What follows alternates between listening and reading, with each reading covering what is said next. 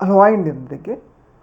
రేపు ఏపీలో ఏం జరగబోతుందన్న ఆసక్తి అనేది ప్రతి ఒక్కరిలో నెలకొంది. ఎందుకు అంటే రీసెంట్గా ఏపీ పోలీసులు జగన్మోహన్ రెడ్డి పర్యటన మీద కొన్ని ఆంక్షలు పెట్టారు. ఎందుకు ఆంక్షలు పెట్టారు అంటే రీసెంట్గా పొదిలి పర్యటనలో టీడీపీకి అలాగే వైసీపీ కార్యకర్తల మధ్య తీవ్రస్థాయి ఘర్షణ వాతావరణం నెలకొంది.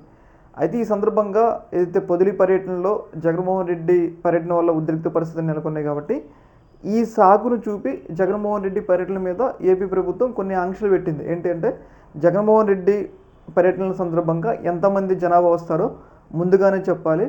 అలాగే ఎవరెవరు అక్కడ ఇన్ఛార్జీలు ఉంటారో వాళ్ళ పేర్లు, ఏదైతే బండ్ల నెంబర్లు, వాహనాల నెంబర్లు అవన్నీ కూడా పోలీసులకు సమర్పించాలి అని చెప్పేసి పోలీసులు అయితే జగన్మోహన్ రెడ్డి టూర్ మీద ఆంక్షలు నిర్వహించారు. అంటే ఆంక్షలు పెట్టారనమాట.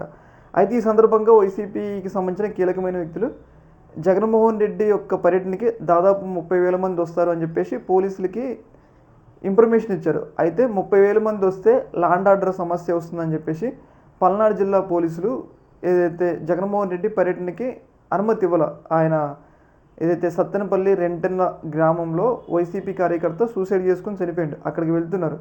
అయితే ఈ సమావేశానికి ఏపీ పల్నాడు పోలీసులు పర్మిషన్ ఇవ్వలేదన్నమాట.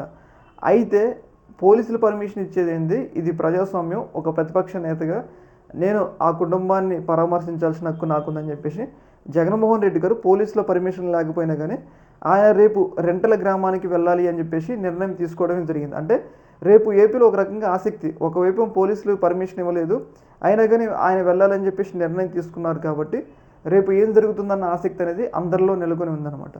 ఈ యొక్క అంశంలో మీ యొక్క అభిప్రాయాన్ని కింద కామెంట్లో తెలియజేయండి. ఓకే మరి, థ్యాంక్ యూ.